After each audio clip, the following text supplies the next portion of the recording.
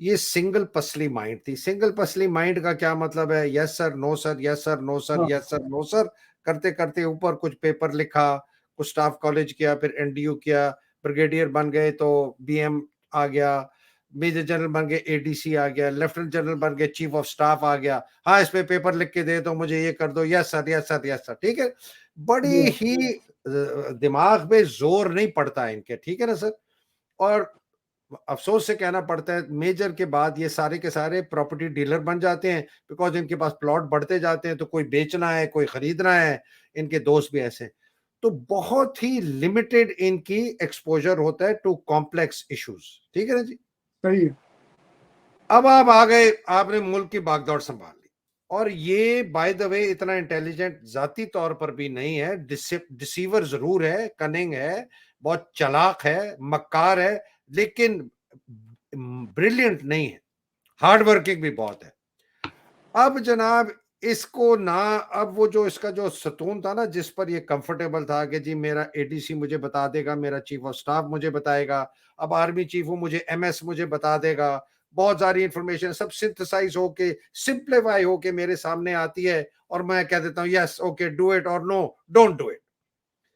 وہ ماڈل اس اپلائی نہیں کر رہا جہاں جس در اس نے پاؤں رکھا ہے.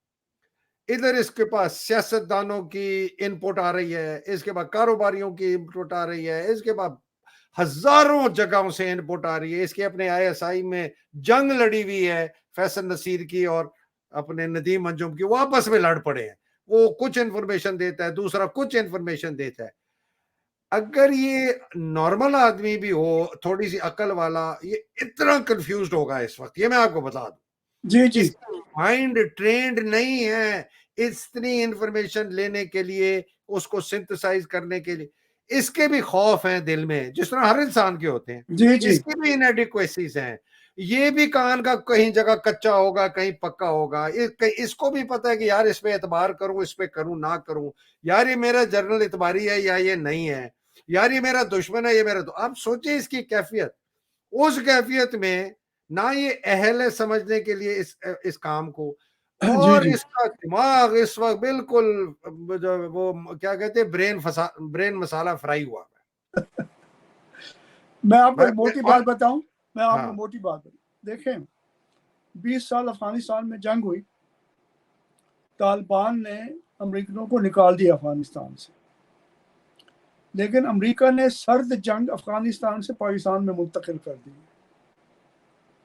ہمارے معاشی معاملات اور دوسرے چیلنج ہیں, ان کے ساتھ ساتھ ہمیں یہ بھی خیال رکھنا چاہیے کہ جو سرد جنگ غیر اعلانیہ طور پہ پاکستان میں داخل ہو چکی ہے, اس کو تنہا فوجی قیادت اس سے پاکستان کو نہیں نکال سکتی.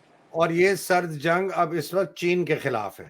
ہاں بالکل, ہم اس میں داخل ہو چکے ہیں, اور بدقسمتی سے ہمارے بہت سے لوگ جو رائے بنانے والے ہیں, ان کو جو سبق پڑھا دیا جاتا ہے وہ وہی دہراتے رہتے ہیں. ہم یہ جو ہے سرد جنگ پاکستان میں داخل ہو چکی ہے, اور یہ سارا ملک مل کے اس سے پاکستان کو نکال سکتا ہے, تنہا فوجی قیادت نہیں کر سکتی. پھر سر یہ ہمیں پتہ ہے سر باقر صاحب, یہ ہمیں پتہ ہے,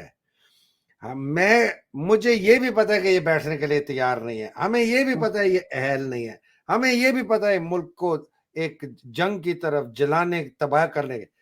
میں یہ آپ سے پوچھ رہا ہوں ہم نے کرنا کیا ہے؟ یہ میں آپ کو ایک بات بتانا چاہتا ہوں. ہاں, ہمارے بہت سے ناظرین آپ کے سامنے بھی سوال کرتے ہیں. 1857 میں جنگ آ رہی نا مسلمانوں میں, جی 1947 تک 90 سال لگے. 90 سال لگے. 1857 میں انہوں نے توپ کے دہانوں پہ باندھ کے ہزاروں لوگوں کو اڑا دیا تھا دہلی میں. آپ بیسیکلی کہہ رہے ہیں دس از اے لانگ وار, یہ لمبی جنگ ہے. یہ توقع نہ رکھیں کہ آپ کے پاس میرے پاس کوئی ایسا جادو ہے.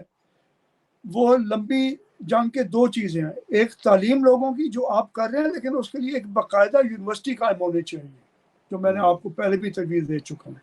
اچھا یہ جو ہے دوسرا نا ان کا منظم ہونا. ہاں یہ ہم نے سیٹرڈے کو بات کرنی ہے انشاءاللہ اس یونیورسٹی کی. ٹھیک ہے بالکل. جو پاکستانی ڈائسپورا یہاں بیٹھے ہیں انہیں سرمایہ کاری کرنی چاہیے ہماری نئی نسل نوجوان کی تعلیم کے لیے. We need to produce world class people. وہ کاکول پیدا نہیں کر سکتی.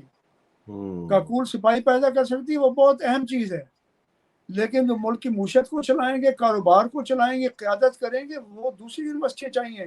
ہمیں علی گڑھ یونیورسٹی کی تسلسل چاہیے. ٹھیک ہے ڈاکٹر فیاض صاحب, آج کا ادھر ختم کرتے ہیں, بیکاز یہ معاف چاہتا ہوں کہ ذرا تھوڑے سے سخت سوال پوچھے آپ سے, لیکن مجھے شاید لگتا ہے کہ شاید ہمارے پاس وقت اتنا نہ ہو آنیسٹلی اس لمبی جنگ کو جیتنے کا, شاید اس سے پہلے خدا نہ خواستہ یہ پاگل آدمی اور اس کے ساتھ جو جرنیل ہیں جو کہ مایوپک ہیں, جن کو شاید نظر ہی نہیں آ رہا جو ہمیں نظر آ رہا ہے, اور وہ سمجھ رہے ہیں کہ سب اچھا ہے, وہ پاکستان کو جلا دیں, تباہ کر دیں, برباد کر دیں اور توڑ دیں. مجھے یہ بہت خوف ہے. جو مختصر عرصے میں تبدیلی اگر آ سکتی ہے نا, تو وہ جو 14 لوگ اوپر بیٹھے ہیں نا, ان میں سے کوئی ایک لا سکتا ہے, میں اور آپ نہیں لا سکتے. جی بالکل صحیح کہہ رہے ہیں. اور میں اسی لیے یہ کہہ رہا ہوں کہ شاید ان جو 14 یا 27 لیفٹ یا 9 کور کمانڈر ہیں ان میں سے, یا جو chairman joint chiefs of staff ہے, اور اس کے اپنے ساتھی سی جی ایس سعید جو ہے 10 کور کمانڈر شاید امتیاز ہے, D G I S I Nadeem انجم ہے, اور جو 15-20 ہیں وہ, جی ان میں سے یہ تو پاگل ہے, ان میں سے چند شاید پاگل نہ ہوں, اور ان کو اگر سمجھ آ جائے کہ بھائی یہ پاکستان کو جلا دے گا, برباد کر دے گا, توڑ دے گا, نہ یہ لوگ بچیں گے, نہ ان کے بچے بچیں گے, نہ ان کی بیویاں بچیں گی, نہ ان کے گھر بچیں گے, نہ ان کے پلاٹ بچیں گے, شاید اسی خوف سے ان میں سے کوئی ایک آدمی جو ہے باہر نکل کے اس آدمی کو ٹھکانے لگائے. لوگ بھی ہوتے ہیں, دور اندیش بھی ہیں ہماری فوجی قیادت میں, بڑے بڑے دیکھیں نا آپ, ایوب خان کے زمانے میں بھی جنرل اعظم خان تھے جو بنگالیوں میں سب سے زیادہ مقبول جنرل تھے.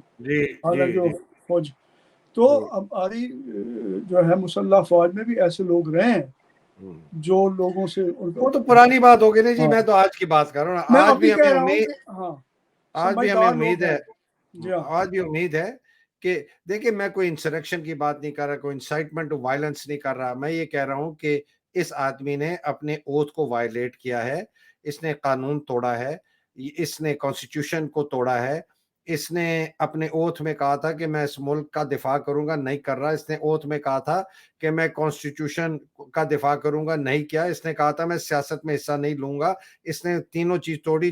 چوتھی چیز یہ ہے کہ یہ غیر قانونی غیر آئینی چیف ہے, یہ 9 اکتوبر 2022 کو ریٹائر ہونا تھا. تو اس کے پاس کوئی قانونی, آئینی, اخلاقی اور اپنا ادارتی پالیسی پروسیجر کے تحت بھی اس کے پاس کوئی حق نہیں ہے اس عہدے پہ رہنے کا. تو میں اس آخری لیے آپ کو بات کہوں اس بارے میں, دیکھیں جو چیف آف آرمی سٹاف ہے نا, اس کے پاس طاقت ہے حکم دینے کی, تعمیل کرنے کی طاقت نہیں ہے اس کے پاس. جو تعمیل کرتا ہے وہ اس کے ساتھ تعاون کرتا ہے. تعمیل کرنے یا نہ کرنے کی طاقت ان لوگوں کے پاس ہے جنہیں حکم دیا جاتا ہے, وہ اس کے برابر کے ذمہ دار ہیں. اگر ہم میں سے ہر کوئی یہ فیصلہ کر لے کہ ہم نے غیر دستوری حکم کی تعمیل نہیں کرنی, یہ ایک بات ہے صرف, اس کے لیے بہت ریڑھ کی ہڈی سخت ہونی چاہیے, اقدار بڑے بلند ہونے چاہیے, پرورش بڑی اچھی ہونی چاہیے. ڈاکٹر طیب رشید کے ساتھ میں نے ایک پروگرام کیا تھا, جو کلینکل سائیکالوجسٹ ہیں, وہ بتاتے ہیں کہ مورل کانشنس, آپ کی ضمیر کی جو تباہی ہے جب وہ ہوتی ہے, جو کہ ہمارے فوجی جرنیلوں میں ہم نے دیکھی ہے, اس کے اثرات کیا ہوتے ہیں ملک پہ. چلیے جی, آج کے لیے اجازت دیجیے, انشاءاللہ سیٹرڈے کو ملیں گے اور ہم پھر اپنے اس مثبت لمبی جنگ کی تیاری کے لیے بھی بات کریں گے. اللہ سبحانہ تعالیٰ آپ کو اپنے حفظ و امان میں رکھے, اللہ سبحانہ تعالیٰ پاکستان کو حفظ و امان میں رکھے, حقیقی آزادی کی جنگ لڑنے والوں کو حفظ و امان میں رکھے, جو بیچارے شہید ہو گئے اللہ سبحانہ تعالیٰ ان کی درجات بلند کرے, اور جو مصیبتوں میں ہیں اللہ ہماری قوم کی بہتری کرے, ہمیں اس بحران سے نکالے. پاکستان زندہ باد, پاکستان پائندہ باد, الہی آمین. السلام علیکم, بہت شکریہ فیاض. خدا حافظ, السلام علیکم, شکریہ.